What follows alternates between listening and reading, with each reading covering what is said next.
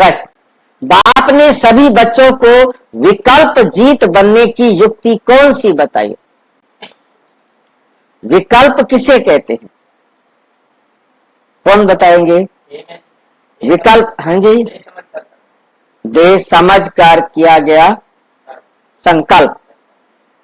देह समझ कर किया गया संकल्प उसे कहते हैं विकल्प, उसे कहते हैं विकल्प। वैसे दुनिया में विकल्प कहा जाता है कि जो सही जगह है, सही बात है, वो ना मिले, चलो उसकी जगह पर दूसरा ले लो। जैसे आपको चाय चाहिए और चाय नहीं है, भाई जी कॉफी बना दे, दूध दे दें आपको। चाय की जगह पर कॉफी या दूध उसका विकल्प है। जो हमें चाहिए वो हमें नहीं मिल रहा, उसकी जगह पर कोई दूसरी चीज को लाना, दूसरी बात को लाना, उसे विकल्प कहा जाता है।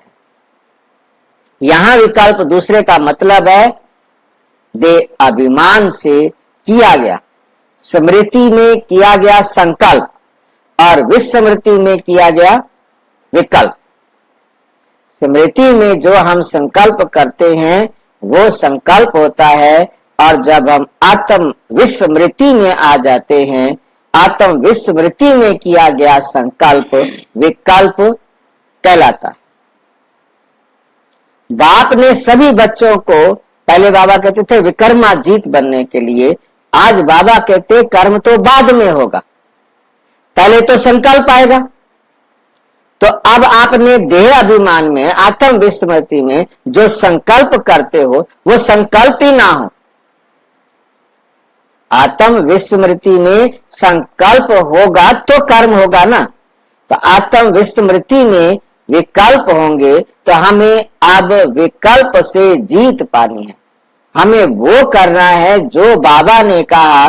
बाबा कहते ऐसे करो और मैं करूं, चलो ऐसे कर लेते हैं। दीदी क्या करे, बाबा कहते हैं ऐसे करो, नहीं हो रहा, अच्छा चलो तुम ऐसे करो।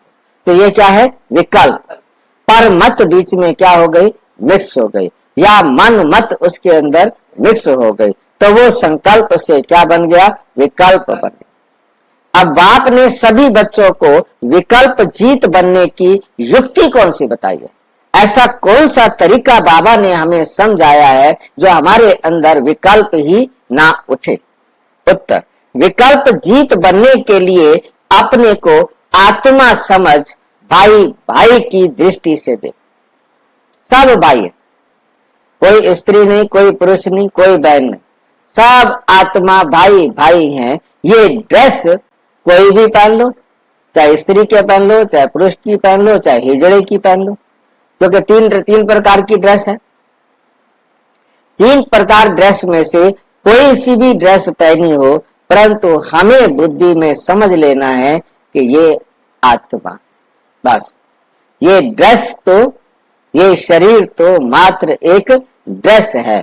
मेरा जो संबंध है वो इस ड्रेस को प्रयोग करने वाली आत्मा से है।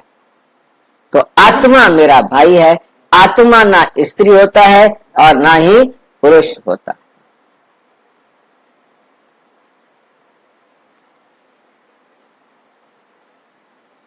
आत्मा को पुरुष कहा जाता है?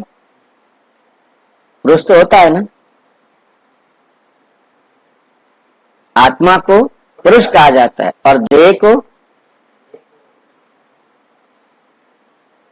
प्रकृति। प्रकृति माना जो पांचों तत्वों से बना हुआ शरीर है। तो गीता में लिखा गया ये प्रकृति और पुरुष का खेल है। प्रकृति और पुरुष का खेल है, आत्मा और प्रकृति का खेल है। ये शरीर तो पांच तत्वों का बना हुआ है, चाहे वो स्त्री वाला बनो तो चाहे वो पुरुष वाला बनो, परंतु आत्मा को पुरुष कहा जाता है। इसलिए बाबा कहते भाई भाई। बहुत सारे भाई बहनों का प्रश्न उठता है, बहन बहन क्यों नहीं कहते? तो क्या? हाँ, भाई बहन, भाई बहन में भी दृष्टि खराब हो जाती है। इसलिए भाई भाई की दृष्टि से देखो। शरीर को देखने से विकल्प आते। जैसे ही आत्मा को देखने की बजाय शरीर को देखा तो फिर ख्यालात और चलने लगेंगे। इसलिए भ्रिकुटी में आत्मा भाई को देख। बस ये समझ लो कि इस गाड़ी को चलाने वाला ड्राइवर मेरा भाई आत्मा है, जिसे हम इन आंखों से तो क्या किसी भी सूक्ष्मदर्शी यंत्र से देख नहीं सकते। हम कोई सितारा ढूंढने की कोशिश नहीं करें कि इसके अंदर कहां बैठा होगा सितारा, किसको देखूं मैं सितारा।